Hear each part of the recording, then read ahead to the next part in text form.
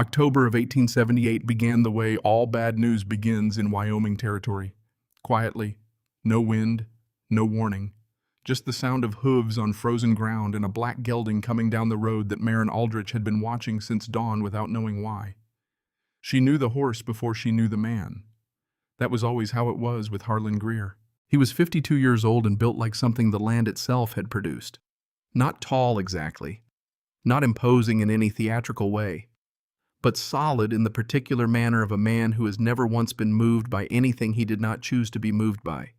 He rode with his back straight and his hands loose on the reins and his eyes already scanning her property before he had even cleared the gate. The paddock, the fence line, the 3 horses standing in the early light. He looked at them the way a man looks at items on an auction block. Maren set down the milk pail, wiped her hands on her apron, stood on the porch steps and watched him dismount without so much as a nod in her direction. She did not call out a greeting, because Harlan Greer did not make social calls. He made announcements. He made calculations. He made the kind of visits that rearranged the furniture of a person's life and left before the dust settled. He was the largest landholder in the territory.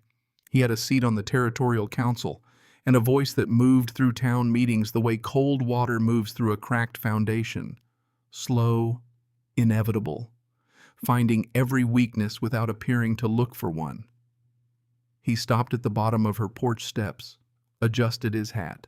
She had seen him do that before, always before difficult pronouncements, always with that same unhurried precision, as if the hat needed adjusting and the news could wait and the world would hold itself in suspension until Harlan Greer was ready to speak. He spoke. The Territorial Council had passed a new livestock ordinance. The wolves had taken 4 colts from the northern range in a single week. 4. The authorities had determined that any animal not secured in a registered fortified structure by the first hard freeze would be seized and reassigned to the regional stagecoach line. The ordinance required a standard timber barn, double-walled perimeter, inspected and approved, 21 days. Maren did the arithmetic before he finished talking.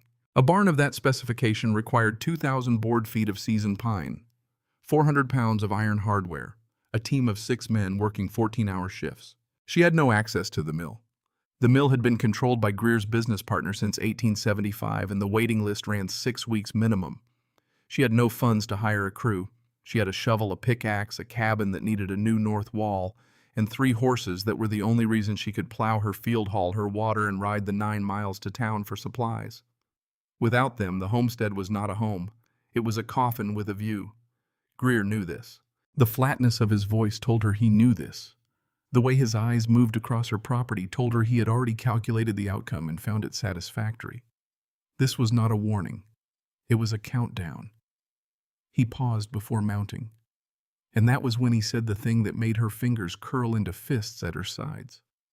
He mentioned casually the way a man mentions the weather before delivering bad news that he had once offered to buy her land at a fair price. That she had declined. This time there is no price, Mrs. Aldrich. Only the deadline. He looked at the flat rocky ground surrounding her cabin. The bare yard.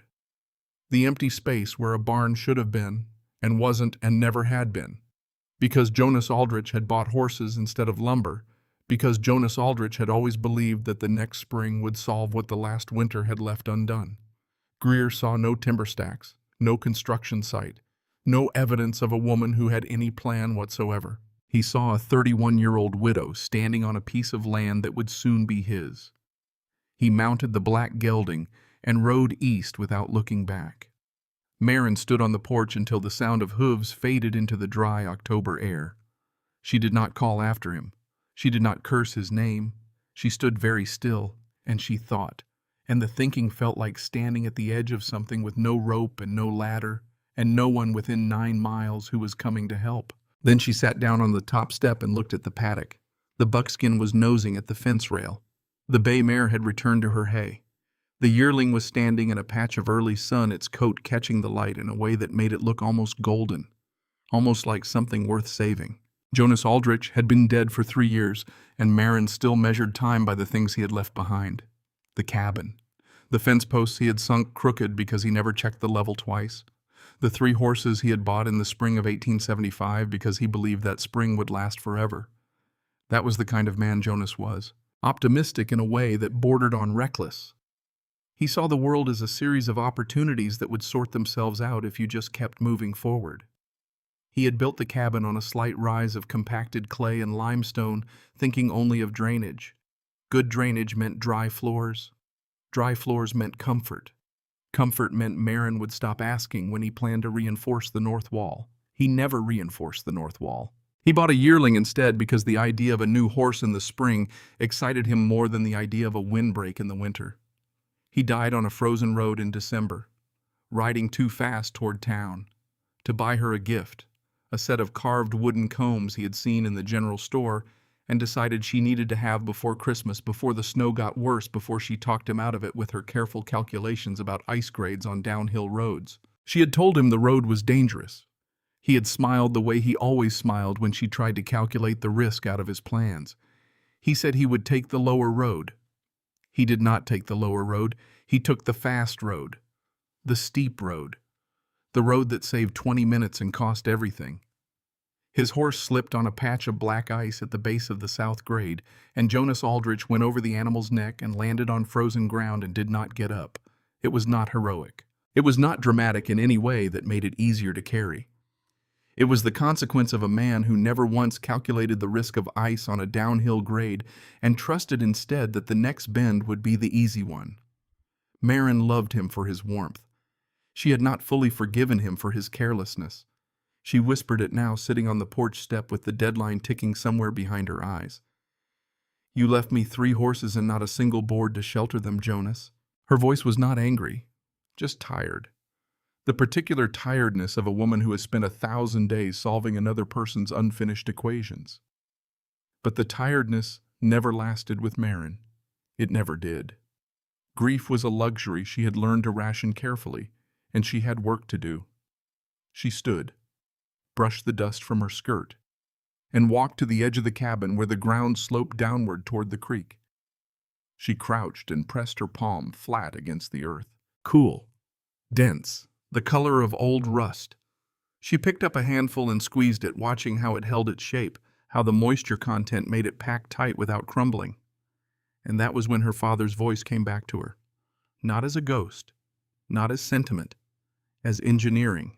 Rowan Morrow had been a Cornish copper miner who crossed the Atlantic in 1855 with a wife, a daughter, a set of tools, and a body of knowledge that most Americans did not know existed. He was a man of the earth in the most literal sense. He understood that the strongest structures were not those built against the sky, but those integrated into the foundation of the world itself. He had spent 30 years underground reading the language of stone and clay and pressure the way other men read newspapers. When Marin was 12 years old, he had taken her into the mine where he worked, not to show her the copper, to show her the silence. They had stood together in a chamber 60 feet below the surface, surrounded by walls of compacted clay and limestone. And Rowan had put his hand on the stone and said something she never forgot. "Listen, the silence down here is different from the silence above. Up there, silence is empty. Down here, silence means everything is holding together." He taught her to read the veins in clay, to know which layers bore weight and which held water. He explained that a mountain does not fall because it understands the distribution of force, that the most efficient way to stay warm was to let the planet itself provide the insulation. This was not folklore. This was physics. The Earth, at a depth of 8 feet, maintains a constant temperature of roughly 55 degrees, regardless of what the air above is doing. A man who understands that principle can survive a blizzard. A man who ignores it will freeze inside a wooden box. Rowan Morrow had died when Marin was 19. A mine collapse. But not in a tunnel he built. In a section constructed by another crew, men who had braced their ceilings with green timber instead of cured stone because it was cheaper and faster and nobody was going to check. Rowan had trusted them. He walked into their section on a Tuesday morning in March, and by Tuesday afternoon he was buried under 8 tons of rock that should never have been above his head. The lesson was simple, and it was absolute. Proper engineering does not betray the person who trusts it. Only carelessness kills. Marin carried that lesson the way other women carried lockets. Invisible, always present. Now she crouched beside her cabin, holding a fistful of clay that her father would have recognized instantly, and she began to think in volumes instead of surfaces. Jonas had looked at this land and seen a place to stand. Maren looked at it and saw the space to hide. The cabin's footprint was 24 feet by 18 feet, resting on a perimeter of dry stacked stone. Below that lay a layer of dense frost-resistant clay that descended 8 feet before hitting bedrock. The clay was the right consistency. The limestone deposits in the area were abundant and accessible. The bedrock was solid, which meant anything built on top of it would not shift or settle. She spent that first evening doing calculations by candlelight. To house 3 horses comfortably, she needed a space 12 feet wide, 20 feet long, with a ceiling height of at least 7 feet. That meant relocating nearly 1,700 cubic feet of soil, an enormous amount of earth to move by hand. Also exactly the kind of work a miner's daughter had been trained to do. The decision she made the next morning was the first turning point. She did not walk to the yard and begin digging where every neighbor, every passerby, and every one of Greer's informants could see.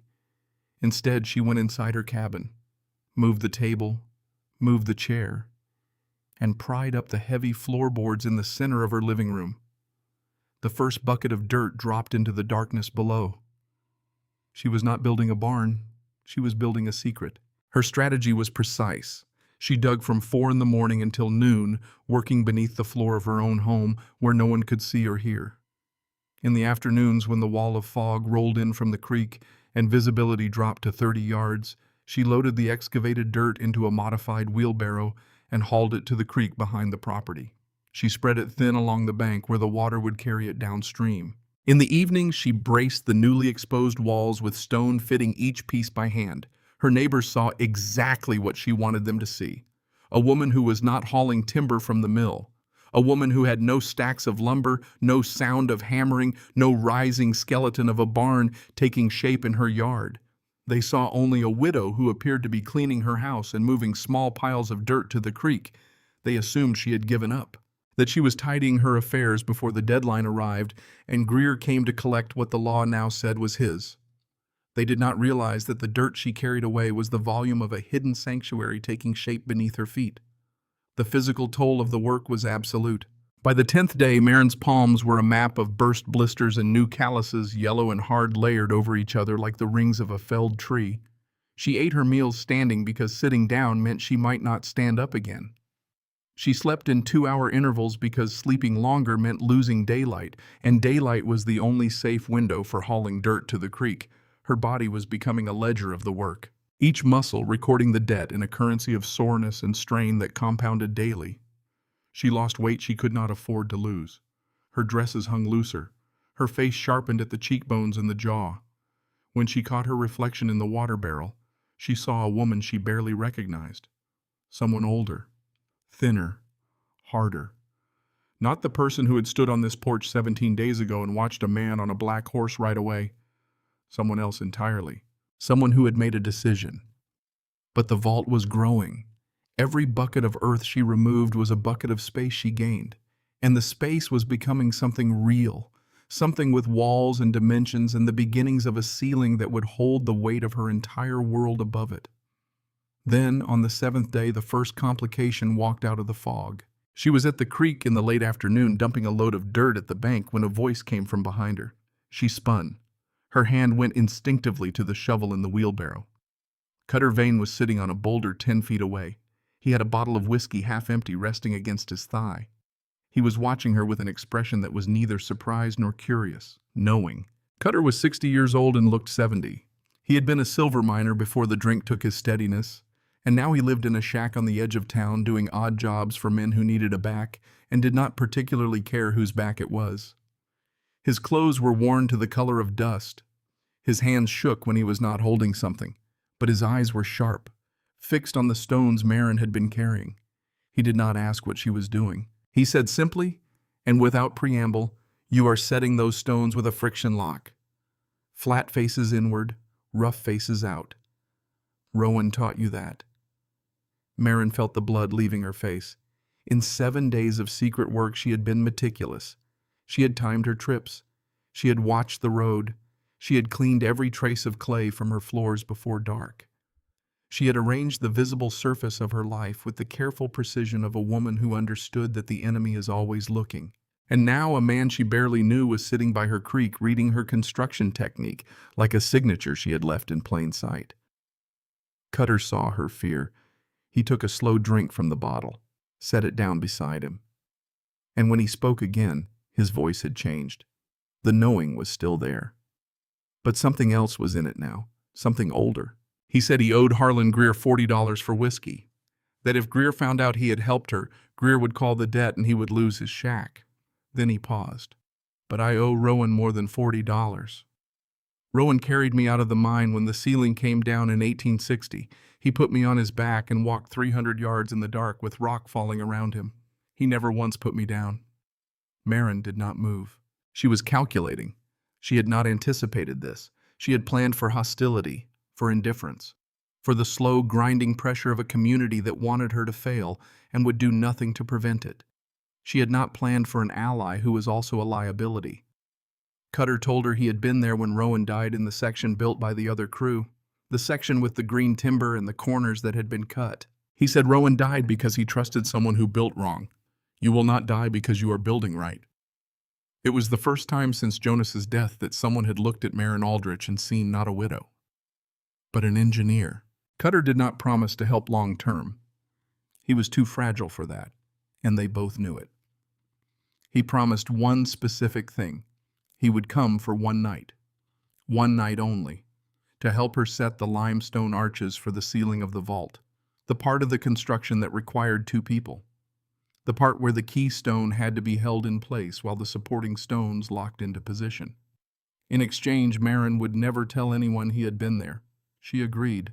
They did not shake hands. The agreement was sealed by something older than a handshake. It was sealed by the memory of a man who had carried a broken miner out of a collapsing tunnel 30 years ago, and the understanding that some debts do not expire just because the person who created them is gone. The days that followed moved with the particular brutality of work that has a deadline attached to it. Marin dug. She hauled. She stacked. She planned. She calculated grain weights and cubic measurements and ventilation angles while her hands blistered and re-blistered, and the muscles in her back formed into ropes that she could feel shifting under her skin when she moved. She thought about the ventilation system almost constantly, because a hole in the ground with 3 horses inside it was not a stable. Not yet. A hole in the ground with 3 horses inside it was a trap if she did not solve the problem of what horses produce simply by existing. Warmth. Sound, and above all else, scent. A horse is a living signal fire. The warm oil in the hide, the fermentation of digested grain, the particular chemistry of manure on cold air. On a still October night, that scent rises from an animal's body and spreads outward in every direction, traveling distances the human nose cannot fathom, but that a wolf's nose reads with the precision of a compass. A wolf can detect the scent of prey from nearly 2 miles in the right conditions. Marin needed the horses to vanish from the olfactory map of the valley entirely. Rowan had explained the principle to her when she was 12, using a model made of damp sand and a candle in the kitchen of their house in Cornwall. He had shown her how smoke rises straight up and out from a sealed tunnel, then how a second tunnel connected to a larger draft pulls that smoke horizontally and makes it disappear into the larger flame. The candle was still burning, but from outside you could not see it, smell it, or know it was there. She engineered a primary air intake using a buried stone culvert that ran 50 feet from the cabin at a gradual downward slope, its mouth hidden beneath a pile of deadfall timber near the tree line. The culvert would pull fresh air through the earth where the constant subterranean temperature warmed it before it reached the stable. The horses would breathe clean air, not the raw freezing atmosphere above ground. The exhaust system was the piece that would determine whether they lived or died. Instead of a vertical chimney that would vent their scent straight into the sky, she constructed a horizontal flue that ran through the subsoil at a slight upward angle, connecting to the back of her cabin's existing hearth. The flue was lined with flat stones and sealed with a mixture of clay and ash that she hardened with repeated applications of boiling water. When her evening fire was burning, the natural draft of the chimney would pull air through the flue, drawing the warm, scent-laden air from the stable into the fireplace, where the smell of horse sweat and manure would be incinerated by the flames or buried beneath the heavy smell of burning oak and pine. The horses would breathe through the cabin's own respiratory system. As long as Marin kept a fire burning in the hearth, the draft would pull the stable's atmosphere through the scrubbing flame, and the three animals below her floor would vanish from every nose in the valley. She spent 2 days building the flue, another day testing it, burning sage bundles in the vault and checking the chimney output from outside. The smoke rising from her chimney smelled of sage and oak, nothing more. She tested it again with horse manure, shoveling fresh droppings into the vault and sealing the floorboards. She walked outside, circled the cabin, stood downwind for 20 minutes. Nothing. The system was functional. She measured the moisture content of the clay walls daily, pressing her thumb into the surface and checking the indentation. She monitored the flue draft by holding a strip of cloth at the intake opening. She checked the arches for any sign of settling, running her fingers along the joints the way her father had taught her. Everything held. On the 14th day, Cutter came as he had promised. He arrived at 2 in the morning when the moon was hidden behind a bank of clouds. He carried nothing but the knowledge in his hands and half a bottle of courage in his coat. They worked by lantern light in the vault below the cabin floor, fitting the inverted limestone arches that would become the ceiling of the stable. Each stone was cut and placed with what Rowan had called a friction lock. The flat face of each stone turned inward, the rough face outward. The stones arranged in a radiating arch pattern where the geometry itself provided the strength. The more weight placed on top of the arch, the tighter the stones pressed against each other. Snow, furniture, the boots of men walking across the floor. All of it would only compress the structure further.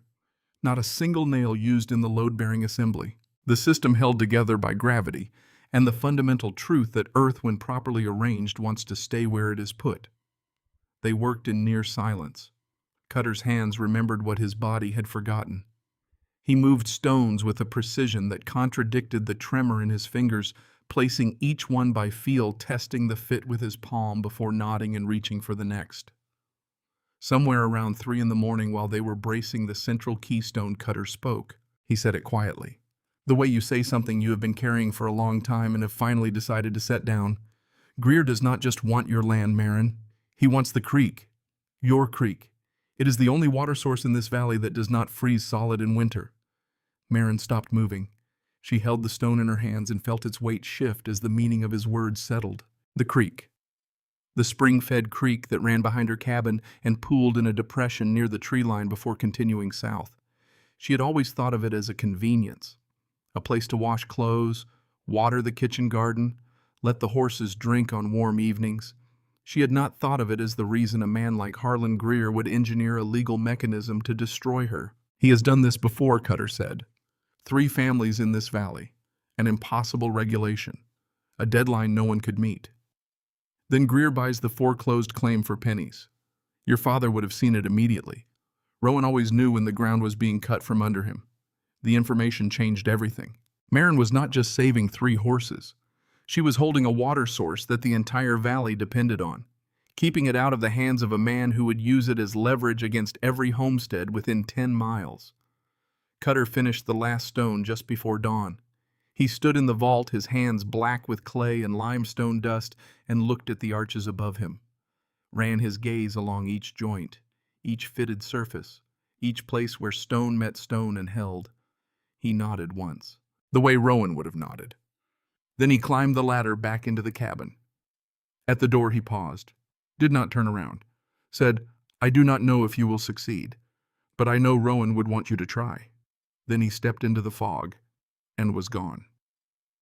Marin stood alone in her cabin as the first gray light came through the window. She looked down through the open floorboards at the vault below. The arches were complete. The walls were smooth and hard. The space was beginning to look like what it was meant to be. A chamber strong enough to hold 3 horses, warm enough to sustain them through a blizzard, invisible enough to fool every man, every wolf, and every law that said she could not do what she was doing. What moved through her was not hope. Hope was what Jonas had lived on, and it had killed him on a frozen road in December. What she felt was something harder and more useful. It was purpose. 5 days before the deadline on the 15th day, a visitor arrived that Marin had not prepared herself for. Thessaly Streck rode up on the old chestnut mare that her husband Boyd kept for errands. She carried 2 heavy wool blankets and a wooden crate of flour. She moved slowly, deliberately, the way a person moves when they have been arguing with themselves for a long time about whether to come at all, and have finally resolved the argument not by winning it, but by simply getting on the horse. Thessaly was 40 years old.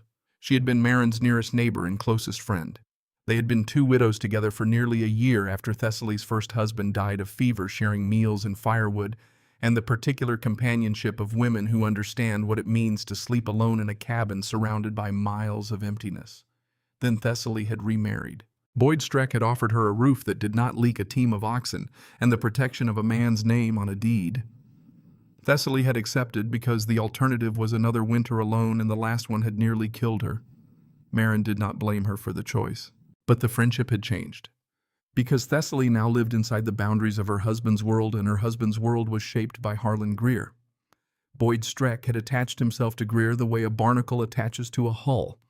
He wanted cheap land leases, and the easiest path to them was being useful to the man who controlled the leases.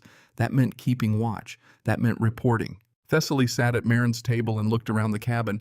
Everything appeared normal. Surfaces clean, furniture in its usual positions, the floorboards repaired and flush. But Thessaly was a woman who noticed things that men did not.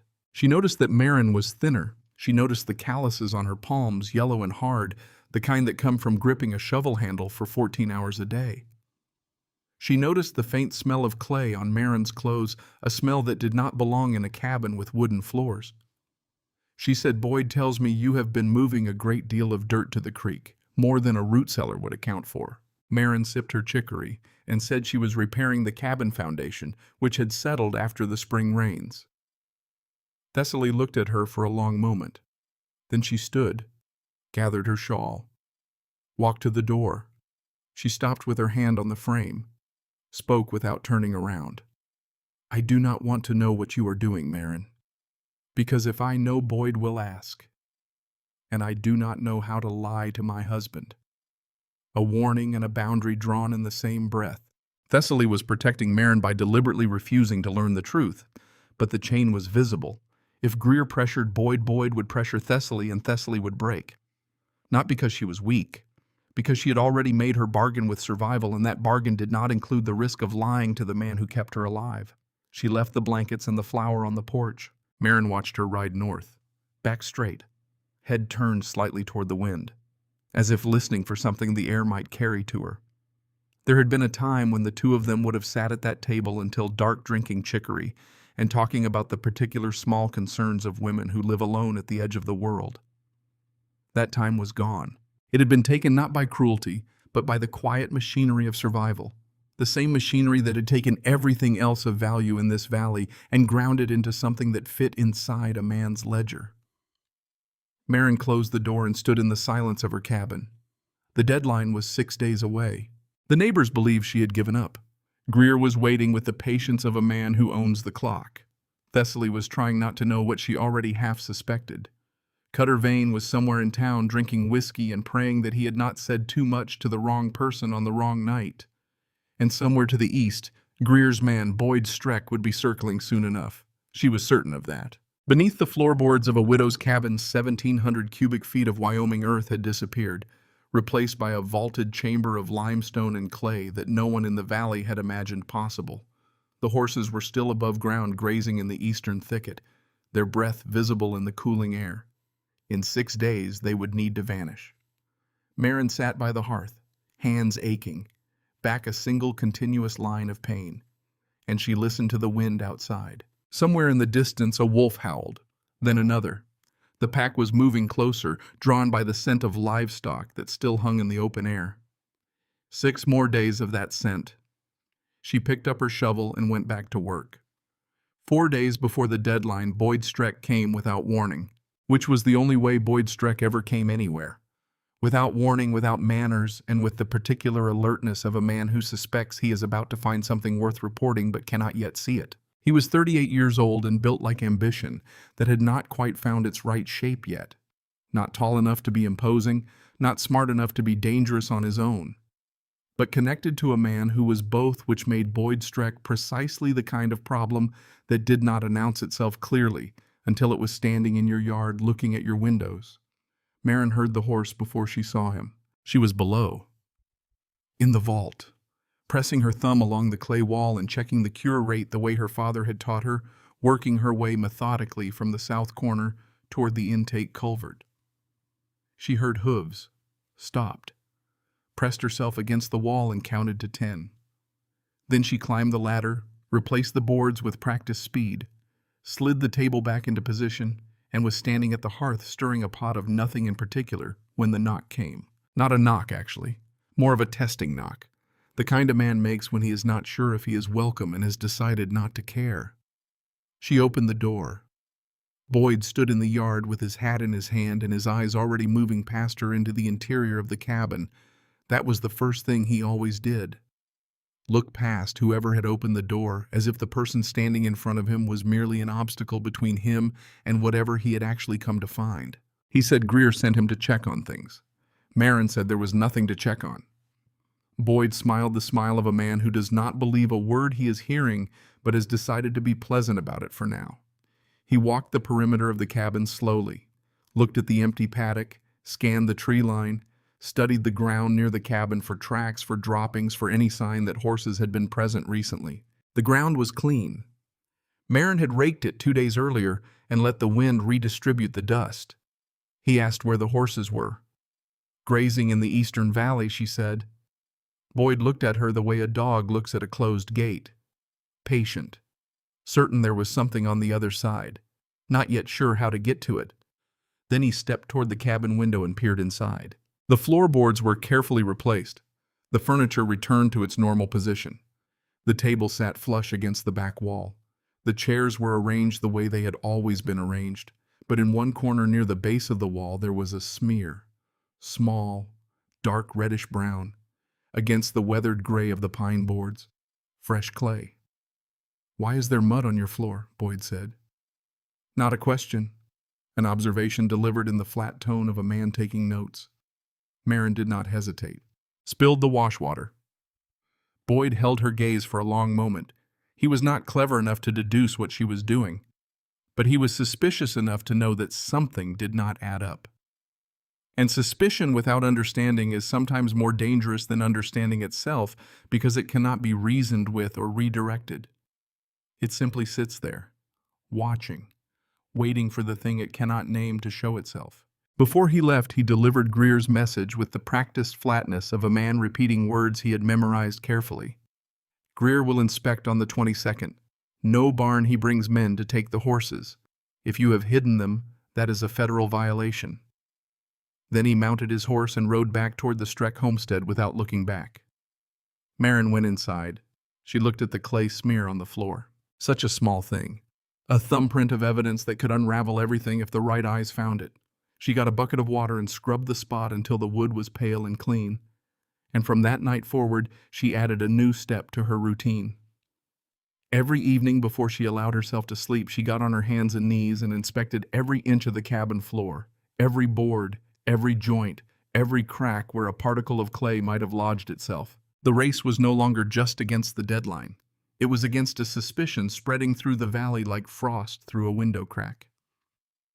2 days later, Greer moved. Not dramatically. Never dramatically with Harlan Greer. He moved the way cold weather moves. Gradually. Comprehensively. In a way you do not fully register until you realize you are already surrounded by it. He had a conversation with Emmett Briggs, who ran the only general store within 9 miles of Maren's property. Maren discovered what had happened when she rode into town to buy a sack of oats for the horses. Emmett met her at the counter with an expression she had never seen on his face before. Not unfriendly exactly, but careful. The carefulness of a man who has been told something by someone more powerful than himself and is now trying to deliver that information in a way that causes the least damage to everyone involved. He said he was sorry. He said he could not extend her any more credit. That was all he said. No explanation. No apology beyond the first one. Just the flat fact of it delivered with his eyes focused somewhere to the left of her face. Maren stood at the counter for a moment. She looked at the shelves behind him. The flour, The dried beans, the tins of salt pork, the sacks of grain stacked along the wall, all of it present, all of it accessible, all of it suddenly inexplicably unavailable to her. She said, "Since when?" Emmett said, "Since yesterday." She bought nothing, rode home, and sat on the porch steps in the cold afternoon air and let the meaning of it settle into her bones. Greer had not sent Boyd to find evidence. Boyd was just a first step, a probe, a way of measuring what she would and would not reveal. The credit cut was the real message. It said, "I know you are doing something. I cannot prove it yet, but I can make the doing of it harder. I can make every day between now and the deadline slightly more impossible than the day before. I can erode you one small deprivation at a time until there is nothing left to erode." It said, "I am patient and you are not." Except that was the one thing he had miscalculated. Because Marin Aldrich had spent 3 years being patient. 3 years solving equations Jonas had left unfinished. 3 years watching the north wall and the fence posts and the slow deterioration of everything that had not been built right the first time. 3 years eating patience for breakfast because there was nothing else in the house. She was not going to run out of it now. She went back inside, back down through the floorboards, back to work. The vault was taking shape with a density and permanence that she had stopped marveling at somewhere around the 12th day and had started simply accepting the way you accept the fact of a river. It existed. It was real. It was hers. The walls had cured to a surface that resisted her thumbnail when she pressed it. The arches that she and Cutter had set were immovable, absorbing the weight of the cabin above them and distributing it outward along the curve the way Rowan had always said a proper arch should, making the load work for the structure instead of against it. She began cutting the spiral ramp on the 18th day, the entrance that would allow the horses to enter the vault from outside the cabin. She carved it from a hidden position in a dense thicket of brush 30 yards behind the property. She tunneled inward at a gradual downward angle until it met the basement level.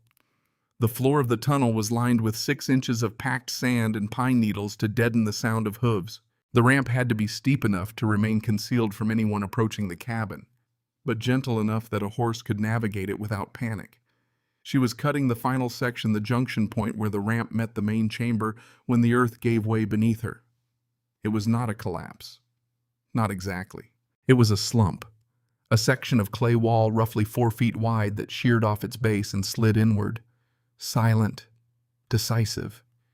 It caught her at the waist and pinned her legs against the opposite wall, and the lantern tipped and went out, and the darkness was immediate and total and absolute. No light. No sound except her own breathing. And underneath that, the faint settling of earth that was not yet finished moving. Marin did not scream. Screaming would have accomplished nothing. And wasted air. And she was going to need the air. She reached down with both hands and began digging herself out, clawing at the clay that pinned her legs, working by feel in a blackness so complete she could not tell whether her eyes were open or closed. The clay was dense and wet. It packed under her fingernails and ground against the blisters on her palms. Every handful she removed seemed to be replaced by another handful settling from above. She did not think about her father. She refused to think about her father. This was not what happened to Rowan Morrow. Rowan had been buried by 8 tons of rock in a section built by men who did not know what they were doing. This was her own tunnel, built by her own hands. Using techniques she had learned from the man who never once built something that failed the people who trusted it. She was not going to die in clay she had packed herself. She dug. 2 hours. That was how long it took. 2 hours of blind, methodical work, moving the earth away from her body, one fistful at a time, until she could pull her legs free and crawl to the base of the ladder. She climbed into the cabin, relit the lantern with shaking hands, and lay on the floor for a long time, staring at the ceiling, listening to her own breathing. Her hands were bleeding. 3 fingernails were torn to the quick. Her back was a single unbroken column of pain from the base of her skull to her tailbone. But the fear was not about the pain. The fear was about the recognition. She had been buried in the earth the same way her father had been buried in the earth. And if the slump had been 6 inches deeper, or 2 feet wider, or if she had been positioned slightly differently when the wall sheared, she would have died in the same darkness that had taken him. She forced herself to sit up. She lowered the lantern through the open floorboards and looked at the vault below. The slump had occurred at the junction of the new tunnel where she had been cutting into an area of slightly wetter clay. The main chamber was untouched. The arches she and Cutter had built were exactly as they had been the night he placed the last stone. Not a crack, not a shift, not a single grain of limestone out of position. The friction lock had held under the stress of the slump, absorbing the lateral pressure the way it was designed to do, the way Rowan had designed it to do 40 years ago in a mine on the other side of the Atlantic. Something changed in Marin at that moment. She had been building this vault on the strength of her father's memory, constructing it from lessons received as a child and carried through grief and widowhood and 3 years of solitary survival. But now, lying on the floor of her cabin with blood on her hands and the taste of clay in her teeth, she was no longer building from memory. She was building from proof. The arches had been tested by failure. They had passed. The structure was not theoretical. It was real. And it was hers.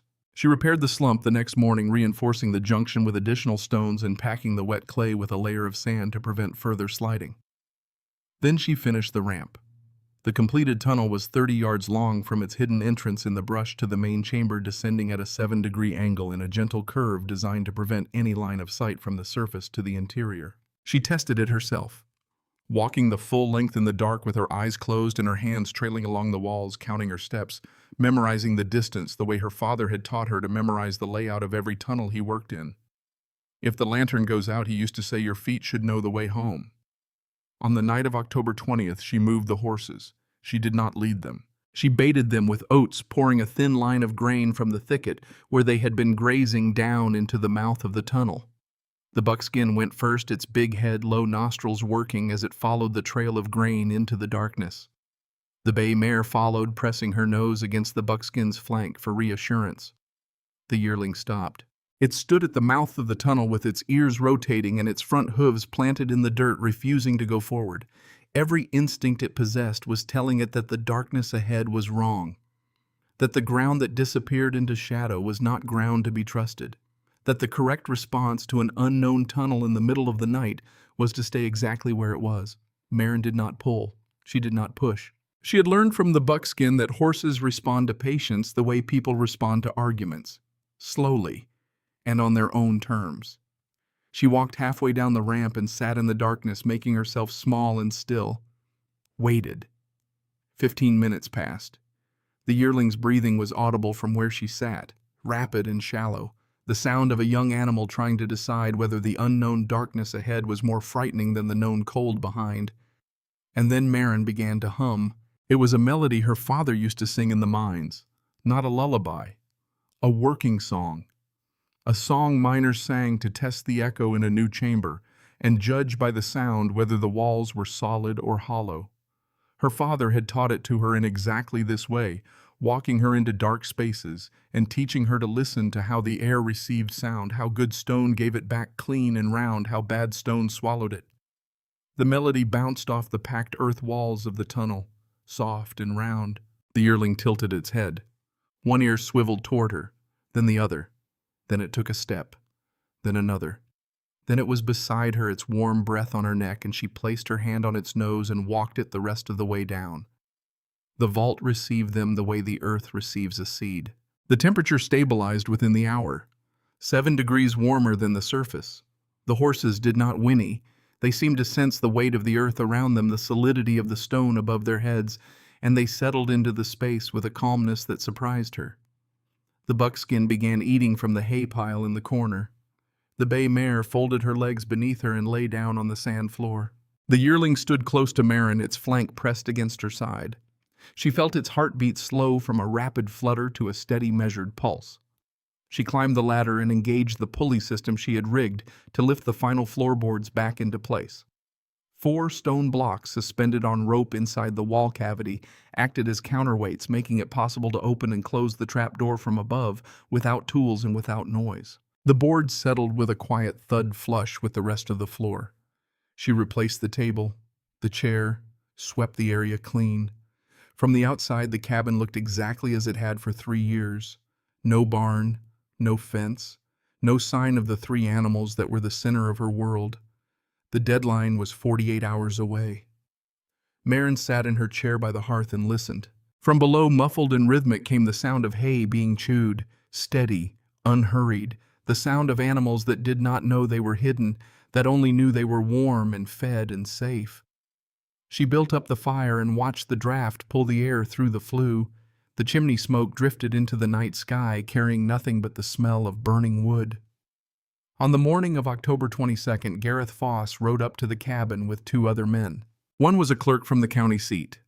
The other was Boyd Streck, sitting high in his saddle with the particular alertness of a man who expects to find something worth reporting and has been disappointed too many times already to be subtle about the anticipation. Gareth Foss dismounted first.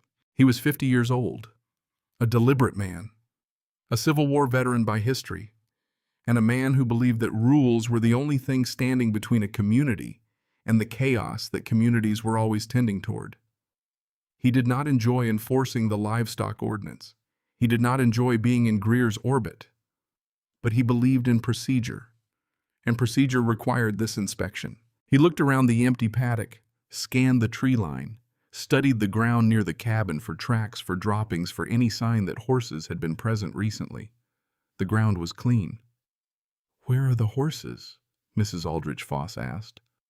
Marin stood on the porch with a cup of chicory in her hand, her posture relaxed, her voice flat. "They are no longer a concern for the council." Foss frowned. He was a man who had heard many things in his years on the frontier and had learned to sort them into categories.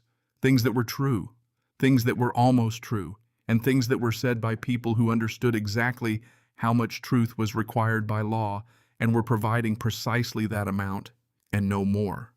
This fell into the third category. "Hiding them in the woods will not work," he said, almost gently. "The wolves will find them by nightfall. The law will find you by morning." "They are where the wolves cannot reach them," Marin replied. That was the requirement, was it not? Foss did not believe her. He assumed she had sold the horses, or driven them into the high canyons in a fit of desperate grief. He opened his ledger and wrote in a careful, precise hand, "Property void of livestock, in compliance with the letter of the ordinance." He added a note at the bottom. Marin saw the pen moving and could not read what it said from the porch, but she knew the kind of note that got written at the bottom of documents about widows living alone 9 miles from town.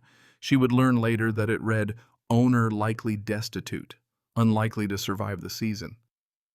He walked back to his horse. Beneath his boots, the floorboards of the porch transmitted a faint vibration that he did not register. Below him, separated by 4 inches of pine and 8 feet of engineered earth, the yearling was shifting its weight in the sand. Foss climbed into his saddle and gathered his reins. He did not notice that the smoke rising from Marin's chimney carried a faintly different warmth to its color, a subtle richness that came from molecules he had no framework to identify. He turned his horse toward the road. Boyd Streck did not leave with him. He stayed behind, standing in the yard, his eyes moving across the cabin with the slow, deliberate sweep of a man who does not know what he is looking for, but is certain it is there. He walked the perimeter. He pushed through the brush along the north side of the property. He came around the back and looked at the creek and at the ground between the cabin and the tree line. He looked for disturbed earth. He found none. She had been careful about that, too. The mouth of the entrance tunnel was concealed beneath a natural-looking arrangement of deadfall timber that she had been adjusting and readjusting over the past week until it looked exactly like something that had fallen there on its own over many seasons. Boyd came back to the front of the cabin and stood in the yard. He looked at Marin. "I do not know what game you are playing," he said, "but I will find out."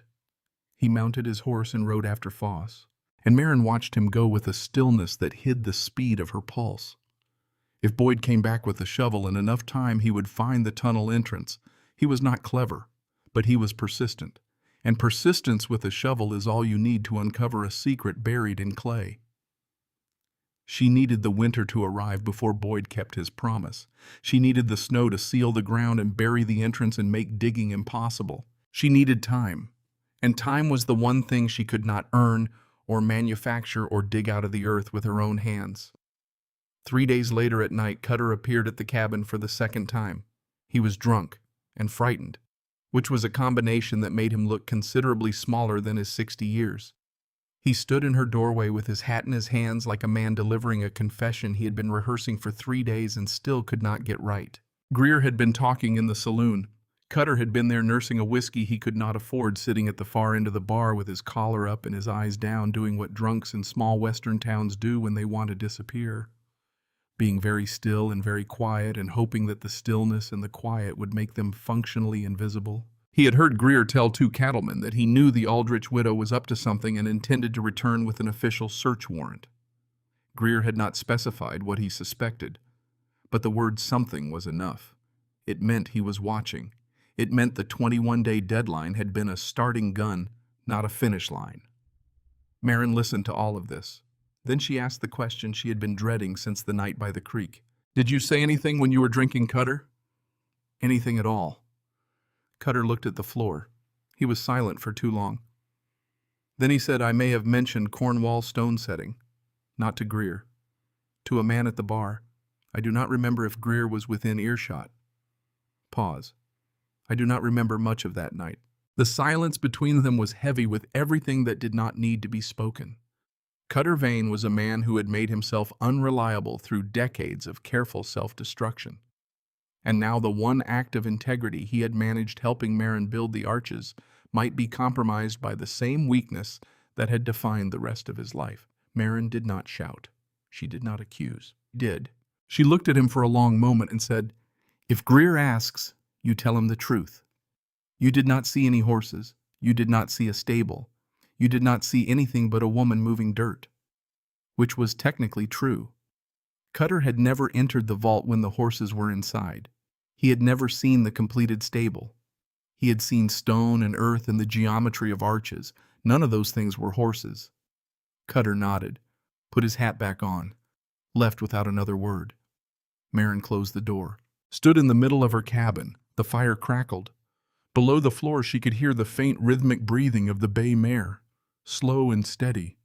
The sound of an animal that had no idea how many things had to continue going right for it to still be alive. Marin was alone in a way she had not been alone before. Not the loneliness of an empty cabin. The loneliness of a person whose only ally was a liability, whose entire secret depended on the memory of a man who could not reliably remember his own evenings. She checked the arches, checked the flue, checked the grain supply, calculating days against pounds of oats remaining. Everything was functional. Everything was holding. She told herself that the system did not need allies. The system needed physics, gravity, the distribution of force along a properly constructed arch, the thermal differential between subterranean earth and winter air. These things did not drink, did not forget, did not say the wrong thing to a stranger at a bar. But for the first time since she had begun digging, she allowed herself to feel the full weight of what she had built in isolation. There was no one in this valley she could talk to.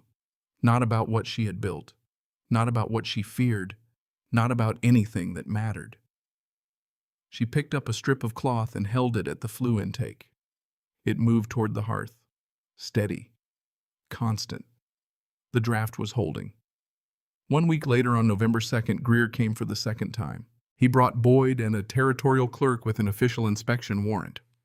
They arrived at mid-morning, and Greer did not wait for Marin to open the door. He pushed it open himself and walked inside as if the cabin were already his property. This inspection was nothing like the first. Foss had been respectful, procedural, brief. A man doing his job with the minimum intrusion required. Greer was methodical and invasive in equal measure. He opened every cabinet. He looked under the bed. He pulled the curtains from the window and checked the wall behind them. He knocked on the logs with his knuckles, listening for hollow spaces. Boyd went around the back, pushing through the brush, searching for tracks or hidden structures. Greer moved through the room slowly, his boots heavy on the floorboards, and he stopped in the center of the cabin. He was standing directly above the trapdoor, his weight pressing down on the boards that concealed the iron ring and the leather hinges and the 3 horses standing in the darkness below. And then the yearling moved. A small motion, a shift of weight in the sand, one hoof pressing down and then lifting. The sound it made was barely audible. A soft compression of sand against stone muffled by 8 feet of earth and 4 inches of pine. Marin heard it. Her heart stopped for a full beat, then resumed at twice its normal rate. Greer tilted his head. "The floor is unusually warm," he said. "I keep the fire burning all day," Marin said. "Winter is coming." He looked at her. She looked at him. Below them, the bay mare stood absolutely still, ears upright, listening to the strange, heavy footsteps above her head. The yearling was motionless now, as if it too understood that silence was survival. The moment stretched. Greer's eyes moved from Marin to the floor and back to Marin. He was a man who trusted his instincts, and his instincts were telling him that something in this cabin did not add up. The warmth of the floor, the quality of the air which carried a faint richness he could not name. The fact that a widow with no barn and no horses and no visible means of support looked calm and fed and unbroken when she should have been desperate. But the territorial clerk had already written compliant on his form. Boyd had found nothing behind the cabin. The warrant did not authorize them to tear up the floorboards of a private residence. Greer had suspicion. He did not have evidence. And suspicion without evidence is just weather, something you feel but cannot hold. The territorial clerk, a thin man named Aldous Price, who had ridden 2 hours from the county seat and wanted nothing more than to ride 2 hours back, closed his ledger and moved toward the door. "The property is in compliance, Mr. Greer. There are no livestock present and no livestock housing to evaluate. I see no basis for further action." He said it with the particular exhaustion of a bureaucrat who has been asked to enforce a regulation he suspects was designed not for public safety, but for private advantage. He had seen Greer's name on too many foreclosure documents to believe this was about wolves. Greer watched Price leave and did not follow immediately. He stood in the center of Marin's cabin for a long moment, his weight settling into the floorboards, his eyes fixed on the hearth where the stone baffles cast shadows he could not interpret. He was a man accustomed to controlling outcomes through patience and procedure, and the fact that this particular outcome was slipping beyond his control produced a tension in his jaw that Marin could see from across the room. He was grinding his teeth. It was the only sign of frustration he allowed himself. He walked to the door, stopped, turned back and looked at Marin one final time. "It will be a long winter, Mrs. Aldrich. I hope you have enough firewood." The door closed. The hoofbeats faded. Marin stood in the center of her cabin and listened until the silence was complete, until there was nothing but the pop of the fire and the muffled living warmth beneath her feet. Then she walked to the hearth and checked the draft, climbed down the ladder and inspected the grain supply, pressed her palm against the clay wall. Cool, solid, certain. Climbed back up, replaced the floorboards, and began preparing the cabin for what was coming. 3 days after Greer's second visit, Thessaly arrived alone. She rode up on the chestnut mare in the late afternoon, moving deliberately, with the particular intention of a woman who has made a decision and is acting on it before she can talk herself out of it. She carried 2 more heavy wool blankets and another crate of flour, these taken from deeper in her own stores than the first. She left them on the porch without dismounting all the way. "Winter is coming," Thessaly said. "You will need these whether you are hiding anything or not." Marin stepped onto the porch, looked at the supplies. Good wool, dense flour, not charity given lightly. These were things Thessaly had taken from her own household, things Boyd would notice were missing. "Does Boyd know you brought these?" Marin asked.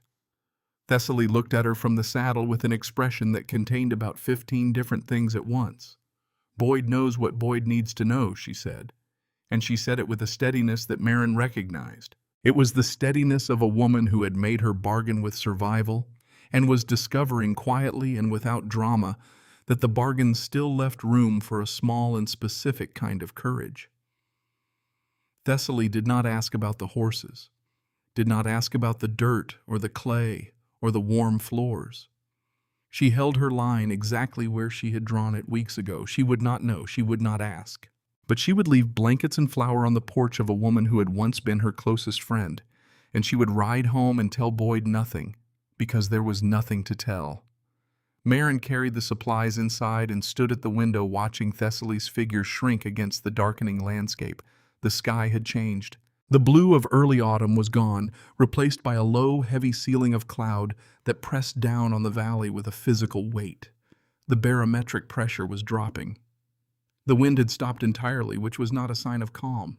It was a sign of accumulation, the atmosphere gathering itself before releasing something immense. The trees along the ridge stood motionless. No birds, No insects.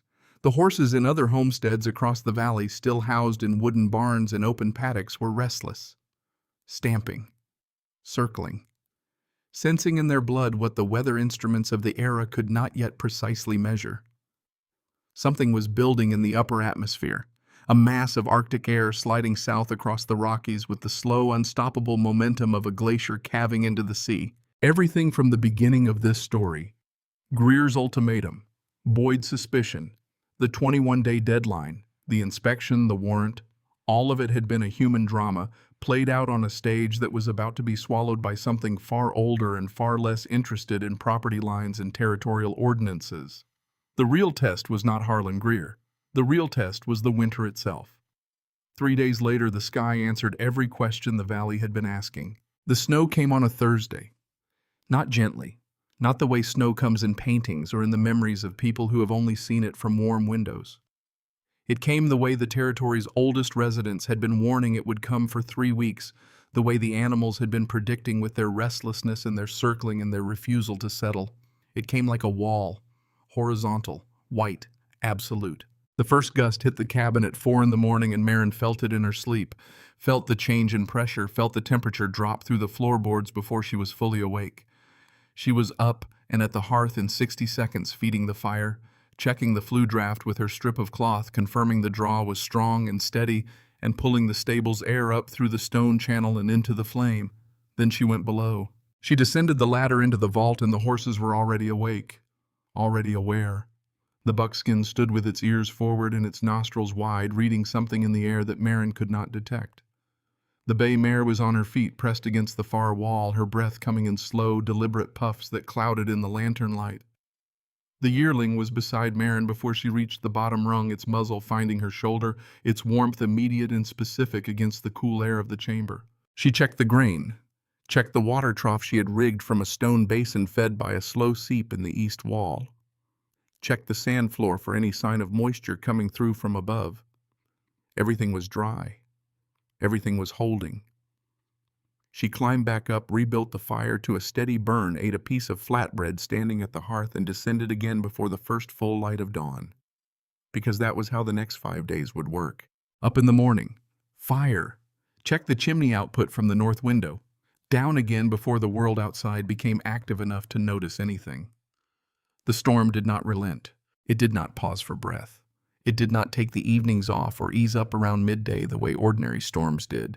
It simply continued feeding itself from the mass of Arctic air that had been gathering above the Rockies for 2 weeks and was now releasing everything it had accumulated in one sustained and merciless event.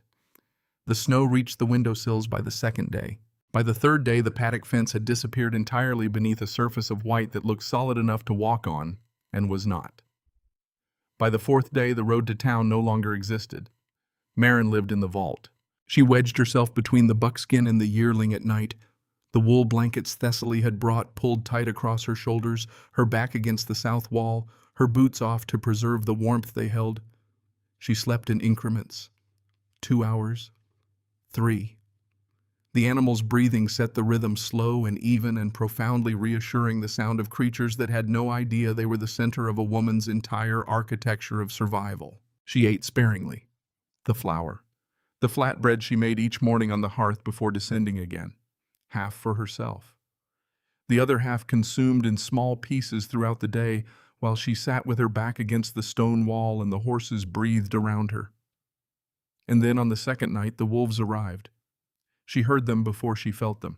A distant chorus first, high and thin, the kind of sound that penetrates stone and packed earth, not through the ears exactly, but through somewhere older, somewhere in the body that predates ears. The horses heard it at the same instant. The buckskin's head came up from the hay pile, rigid, ears pinned flat, then forward, then flat again. The bay mare rose from the sand floor where she had been resting and pressed herself against the far wall, her eyes wide and white-rimmed in the lantern light. White-rimmed meant fear, deep fear, the kind that bypasses thought entirely and goes straight to the muscles. And then the yearling began to pace, back and forth across the width of the vault.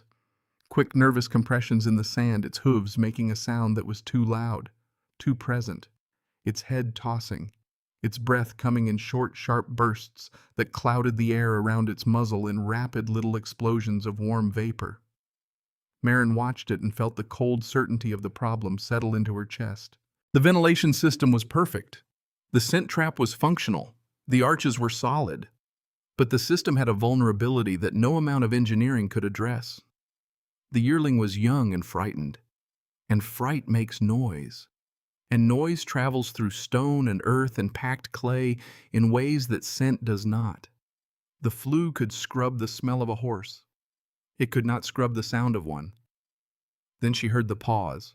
On the frozen surface directly above, a dry staccato rhythm, moving from north to south, directly over the vault. The pack was crossing her paddock, walking on the exact ground beneath which 1,000 pounds of living prey stood trembling. The yearling's pacing accelerated, each pass faster than the last, each toss of its head more violent. Its mouth was beginning to open, jaw working the specific motion of an animal preparing to make a sound. Marin moved before the sound could form. 3 strides across the vault, both arms around the yearling's neck, pulling its head down against her chest. The animal fought her.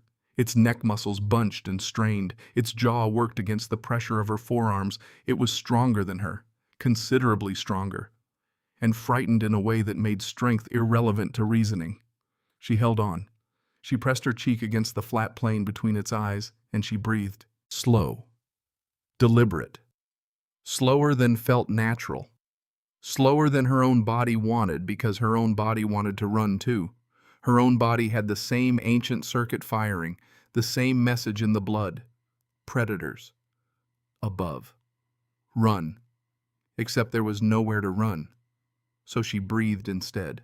She forced the rhythm into the space between them, into the inches of air between her chest and the yearling's jaw, and she held it there steady and slow like a metronome that the animal could feel against its own racing pulse. Above them the wolves paused. Marin felt it through the ceiling. A sudden absence of vibration that was worse than the vibration itself, because it meant the pack had stopped. Stopped to investigate. Stopped because something had changed in the air above them. Some pattern had broken. Some signal had snagged their attention. She did not breathe. The yearling did not breathe. The bay mare and the buckskin stood frozen, ears pinned flat. The vault was absolutely silent. 1 heartbeat, 2, 3, 4, 5, 6. Then the rhythm resumed, moving south, fading, dissolving into the white noise of the storm above. The pack had found nothing. The fire in the hearth above was pulling the stable's air through the flue and incinerating every molecule that might have betrayed the presence of 3 warm bodies in the earth below. The scent trap held. Marin sank to the sand floor with the yearling's head still in her arms. Her hands were shaking. She did not try to stop them. Shaking was the body's way of releasing what it had just held. She let it release. The yearling lowered itself beside her, folding its legs beneath its body, and rested its muzzle on her thigh. She sat there for a long time, feeling its breath slow, feeling her own breath slow, feeling the weight of the earth above them and the cold of the predators that walked upon it. And she understood something she had not understood before. She had designed a system for the horses, but somewhere in the last 5 days the vault had become something more than a system. It had become the only place in the territory where the things she loved were safe. Not theoretically safe. Not safe according to a regulation or a deadline or a man on a black horse who controlled the clock. Safe because the earth itself was holding them. The wolves returned twice more over the following nights. Each time Marin was ready. She positioned herself beside the yearling before the howling started, before the pause appeared on the ceiling, so that when the fear came, she was already there, already breathing slowly, already providing the one thing that engineering could not provide: presence. On the morning of the 6th day, the blizzard relented. It did not stop so much as withdraw, pulling its white curtain eastward across the valley like a retreating army that has decided the ground is no longer worth holding. The sky cracked open along the western ridge, and a band of hard blue light appeared above the mountains, narrow and bright, and edged with the kind of clarity that only comes after the atmosphere has been scoured completely clean. Marin climbed the ladder for the last time as a fugitive and pushed the trapdoor open. The light that poured through the cabin windows was so white and so absolute that it burned her eyes after 5 days of lantern glow. She stood in the center of the room blinking and felt the difference in the air immediately. The wind had stopped. The temperature outside was still brutal, well below zero. But the relentless horizontal assault of the blizzard was over. The world had gone from violence to stillness, and the stillness was louder than the storm had been. Through the frosted glass, she saw the valley transformed. The paddock fence had vanished beneath 4 feet of snow. The tree line was a row of white pillars. The road to town, which she had walked hundreds of times in 3 years, no longer existed. In its place was an unbroken field that stretched from her cabin to the base of the eastern ridge without a single mark upon it. No tracks, no wheel ruts, no footprints. Just the snow and the blue shadow it cast in the morning light and the terrible, beautiful silence of a landscape that had erased every trace of human intention. She was standing at the north window drinking chicory when she heard the shouting.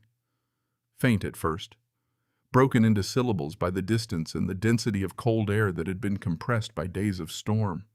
She pressed her face to the glass and saw them. 4 figures, laboring through the drifts from the north, moving in a line, the first one breaking trail and the others following in the trench he carved behind him. She recognized Harlan Greer before she recognized the others. He was in front. His hat was gone. His coat was blackened with frost. He was moving with the dogged mechanical stride of a man who has been walking for hours and has passed through exhaustion into the numb territory beyond it where the body continues. Not because the mind directs it, but because stopping is no longer a concept the body recognizes. Behind him were 2 of his ranch hands, young men whose faces were swollen and discolored with frostbite, their eyes reduced to slits by the cold. And behind them, Gareth Foss, his broad frame diminished by the storm, his hands wrapped in strips of fabric that had once been a shirt. They reached the porch. Greer hit the door with the flat of his palm, not knocking, striking. The sound of a man who has lost the energy for courtesy and retains only the animal need for warmth. Marin opened the door. The interior warmth met the exterior cold at the threshold, and the collision produced a visible cloud of condensation that hung in the doorway for a moment before the draft pulled it inside. Greer crossed the threshold and stopped 2 steps into the room. His chest was heaving. His eyes moved across the cabin with the frantic inventory of a man looking for something he cannot name. He saw the fire in the hearth, modest, well-maintained, the fire of a person who understands that efficiency outlasts extravagance.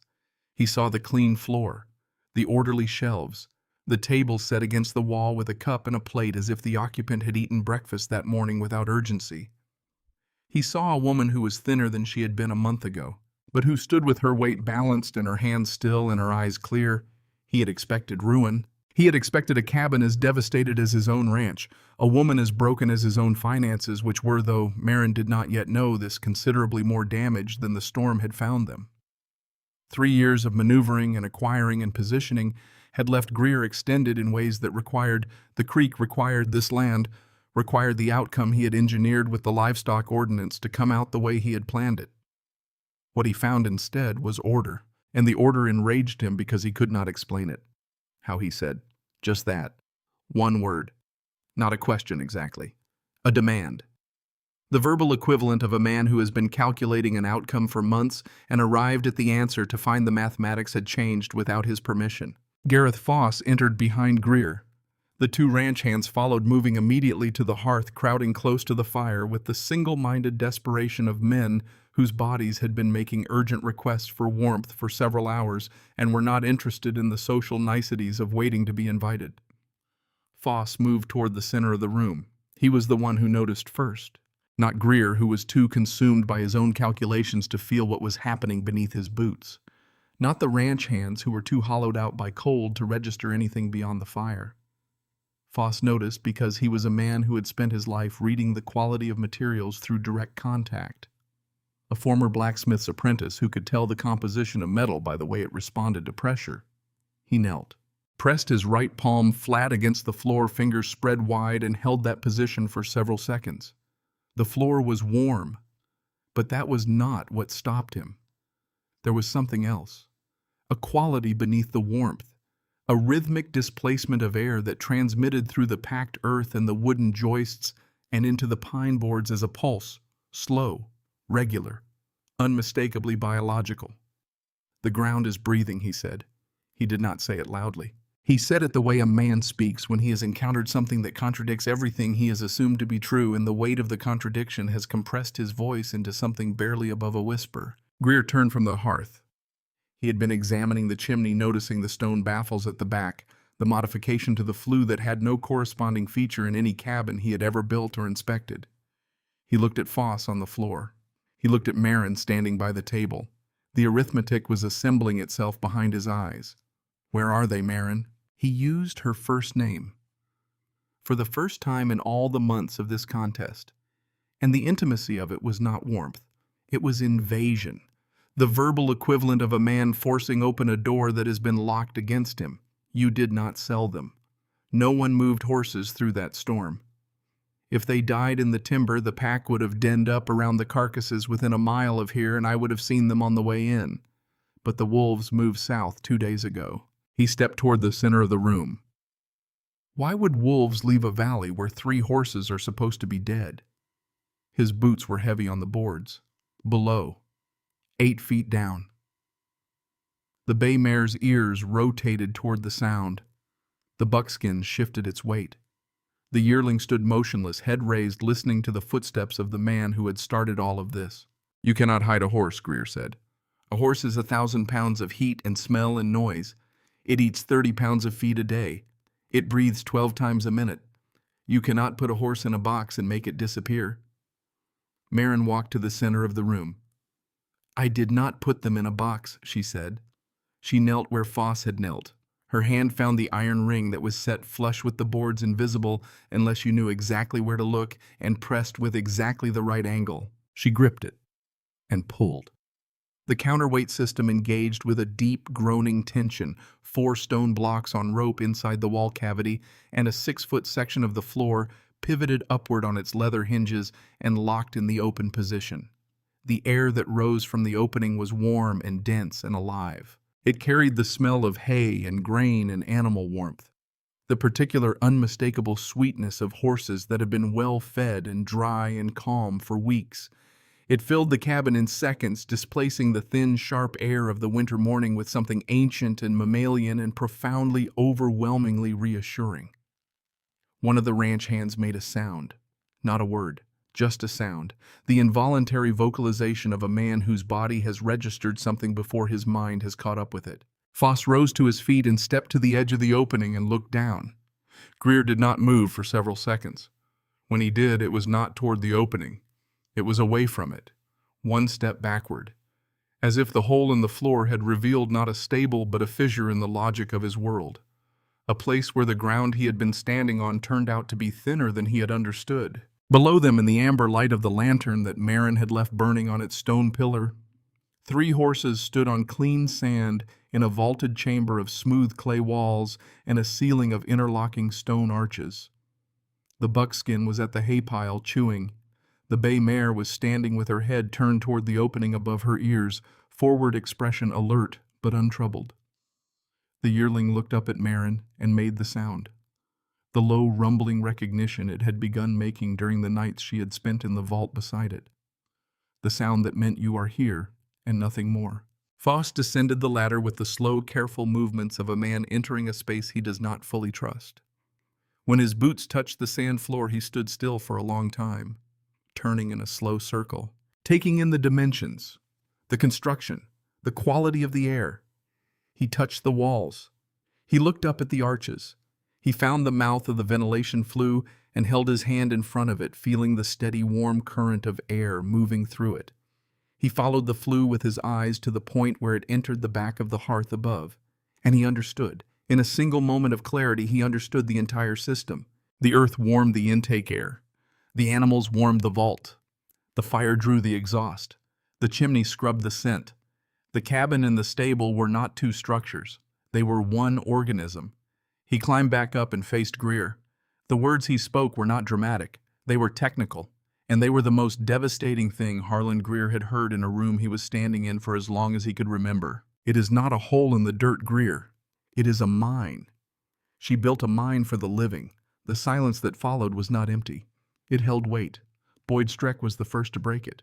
And he broke it not with words, but with movement.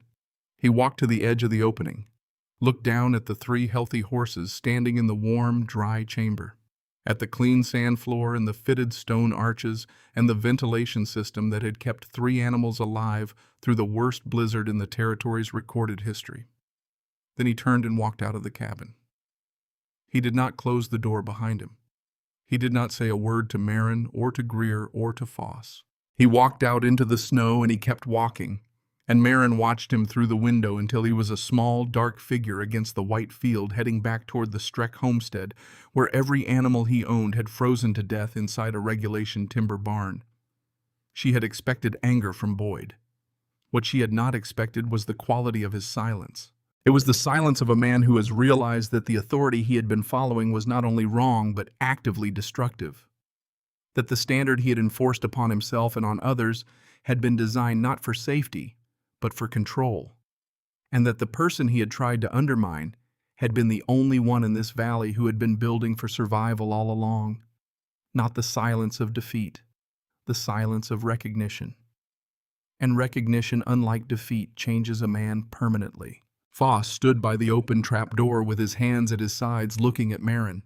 He was a man who had spent 3 years categorizing her the way he categorized all the widows and struggling homesteaders in the valley. People to be pitied, managed, eventually absorbed into the economy of stronger men.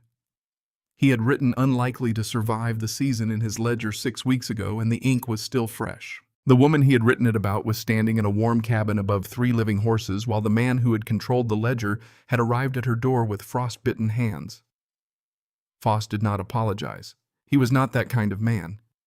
But he nodded. A single brief dip of the chin. And the nod contained an admission that the formal record would never reflect. He had been wrong. She had been right. And the gap between those 2 things was measured not in opinion, but in lives. Greer was the last to react. He stood in the cabin surrounded by the warmth that his own barns had failed to provide. He looked at the trap door. He looked at the arches visible below. He looked at the flue modification in the back of the hearth that he had dismissed as eccentric renovation, and was now understanding as the keystone of an engineering system that had outperformed every conventional structure in the territory. He said the thing that proved he had always understood more than he let on. "The creek," he said. "That is why you held this land." Marin met his eyes. "The creek is why you wanted to take it. The land is why I kept it." Greer received the words without argument. There was nothing left to argue. His livestock was dead. His barns had collapsed under 4 feet of snow. His leverage over the valley, which had been built on the assumption that his way of building and his way of managing and his way of controlling resources was the only viable way, had been tested by the blizzard and found catastrophic. He had spent 20 years accumulating power by creating regulations that favored his methods and punished deviation. And now a woman with a shovel and a miner's education had deviated so completely that she had not only survived, but rendered his entire framework obsolete. He walked out of the cabin, did not close the door. Marin crossed the room and shut it behind him. She stood with her back against the wood and her hands flat against the grain, and she breathed. Just breathed. The fire crackled. The horses shifted below. The world outside was white and silent and entirely indifferent to what had just occurred inside one small cabin on the edge of a Wyoming valley. She allowed herself 1 minute, 60 seconds of simply standing there, feeling the weight of the past 21 days move through her and begin slowly to release. Then she walked to the hearth and checked the draft, descended the ladder and gave the horses their morning grain, came back up and began preparing breakfast. 3 days later, Thessaly came alone. The snow had compacted enough to ride on, and she arrived on the chestnut mare in the late morning, her breath visible in the cold, her posture straight in the saddle. She dismounted and stood on the porch and did not knock. Marin opened the door before Thessaly could decide whether to speak or leave. "Why did you not tell me?" Thessaly asked. "Because I did not know which side you would choose." Thessaly considered this. She looked out at the snowfield, at the chimney smoke, at her own hands, which were chapped and cracked from a winter spent in a cabin that had come within inches of freezing around her, because Boyd had built his barn the regulation way, and the regulation barn had not survived. Then she said, Boyd has not spoken in 3 days. He lost everything. All the cattle, the pigs, the chickens did not survive either. She paused. He told me this morning that he wants to learn how to build what you built. Marin did not hesitate. Tell him to come. I will teach him. And that was all. Not forgiveness. Marin did not owe Boyd Streck forgiveness, and she did not offer it. What she offered was something more practical and more generous. Knowledge. The same knowledge her father had given her. That Cutter had helped her apply. That the earth itself had validated through the worst storm in the territory's recorded history. She offered it without conditions. Because knowledge withheld out of spite is the same as a tunnel built with green timber. It holds for a while, and then it kills someone who trusted it. Thessaly took Marin's hand. The grip was brief and firm. The handshake of two people who have passed through something together and emerged on different sides of it, but on the same ground. Then Thessaly rode home, and Marin went back inside to feed the horses. Cutter Vane arrived 1 week later. He came on foot, walking the packed trail that the valley's remaining residents had begun to carve through the snowfield. And he came sober. Marin saw him through the window and knew immediately that something had changed. His gait was different. His shoulders were set differently. He walked without the slight lateral sway that alcohol had built into his balance over 2 decades. And when he reached the porch, he stood with his feet planted and his chin up and his eyes focused in a way she had not seen on him before. Clear. He did not come inside. He stood at the door and reached into his coat and produced a folding knife. The handle was bone-worn to a polish that only years of daily use could produce. The surface mapped with tiny scratches and compression marks left by a specific human grip, repeated so many thousands of times that the bone had shaped itself around the hand, or the hand had shaped itself around the bone, until the two were no longer distinguishable. Marin knew the knife before Cutter opened his mouth. She had seen it in her father's hand 1,000 times. In the mine, at the kitchen table, in the garden where he used it to cut twine and score the bark of fence posts, in the tunnel where he had used it to mark measurements in the clay walls when he had no chalk and no paper, and the measurements still needed to be made. It was the knife Rowan Morrow had carried every day of his working life, and it had been in Cutter's possession since the day Rowan died beneath 8 tons of rock in a tunnel he had not built. Cutter held it out. Rowan would not have said you were talented, he said. He said it quietly, with the particular care of a man who has thought about the exact right words for a long time and has finally settled on them. Rowan would have said you remembered. Marin took the knife. The bone was warm from his pocket. She closed her fingers around the handle and her thumb found the groove where her father's thumb had rested. A shallow depression worn into the bone by 30 years of daily use. By 30 years of the same hand finding the same position because it was the right position, and Rowan Morrow had never done anything in a way that wasn't the right way. Her hand was smaller than Rowan's had been, but the groove received her thumb as if it had been waiting, as if the shape of her father's grip had left a space that was designed across 30 years, and an ocean and a mine collapse and 3 years of widowhood and 21 days of digging specifically for her to fill. She did not cry. She nodded once. The same nod Foss had given her, the nod that meant I understand and I accept and there is nothing more to say because the thing that needed saying has been said by the object itself. Cutter turned and walked back down the trail. His footsteps were even and measured. He did not look back. In the months that followed, Cutter Vane stopped drinking. He paid off his debt to Greer in full working odd jobs for Foss and hauling timber for the county road crew. He moved into a better cabin on the south side of town and kept it clean. He lived for another 11 years without touching a bottle. Nobody in the valley knew exactly what had changed in him, what mechanism had engaged to reverse the long, slow collapse of a man who had been falling for 2 decades. Marin knew.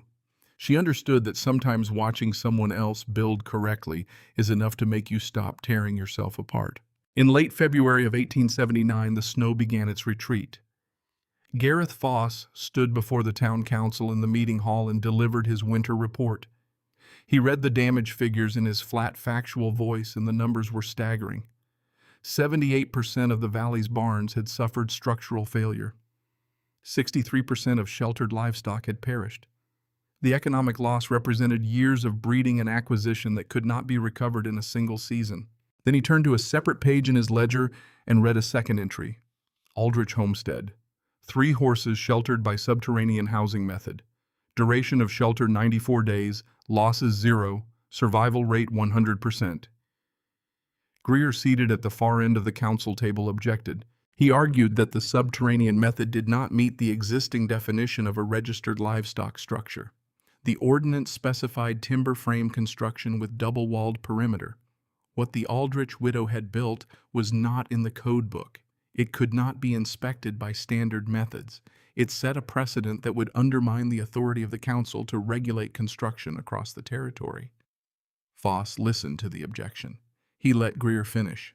Then he said something he had clearly been composing during the long, cold weeks of the blizzard, during the nights he had spent in his own damaged building with the wind coming through the walls.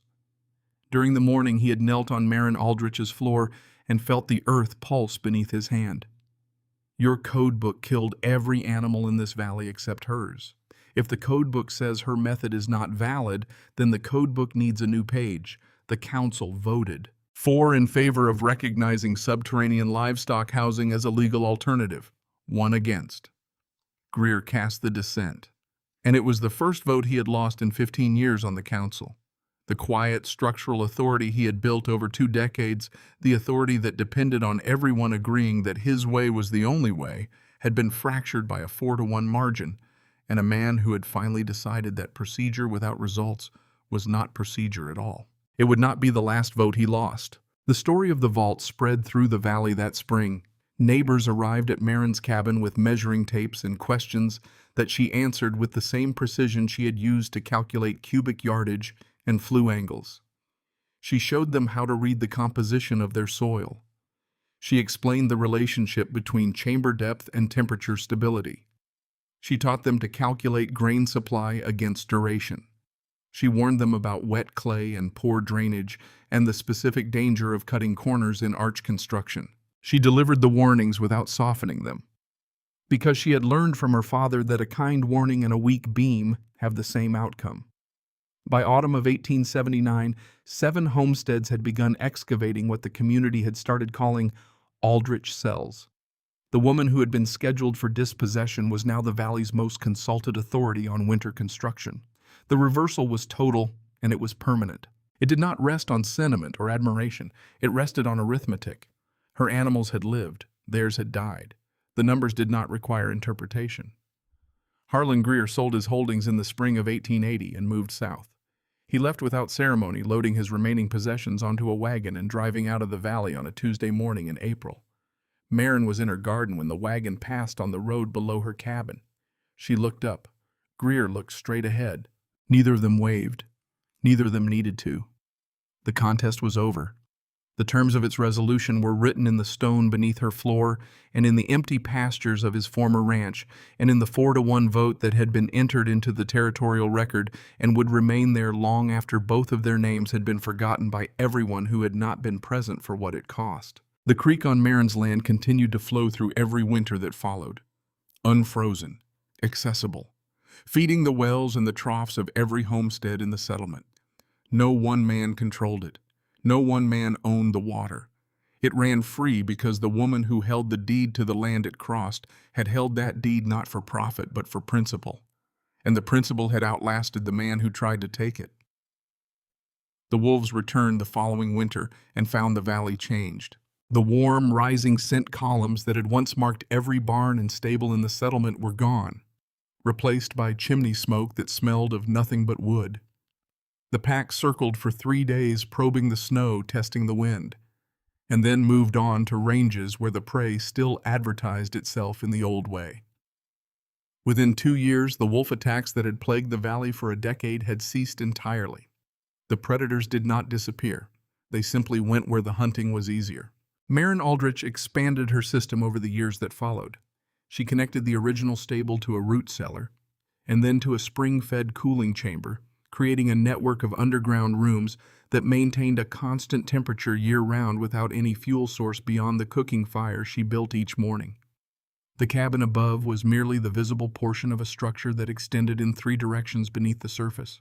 A living system that breathed and regulated itself with the passive efficiency of the geology it was built into. She never remarried. She never left the valley. She raised horses and grew vegetables and consulted on construction projects across the territory, and she charged a fair price for her expertise because she understood that knowledge given away for free is valued at exactly that amount. By 1895, the Aldrich cell had become the standard template for high-altitude livestock housing across Wyoming territory. The system was documented in the territorial archives. The woman who had invented it was still living in the cabin above it, still pressing her thumb into the clay walls each season to check the cure rate, still burning the morning fire, with the deliberate efficiency of someone who understands that the system only works if every part of it is maintained. She was not soft. She was not sentimental. She was precise. And the precision extended to every relationship she maintained, from the neighbors who sought her advice to the territorial engineers who eventually studied her methods and incorporated them into the official building codes of the region. When the cabin was finally dismantled decades later to make way for a county road, the demolition crew discovered the vault intact beneath the foundation. The arches had not moved. The ventilation shafts were clear. The clay walls were smooth and solid and entirely free of cracks. The sand floor was dry.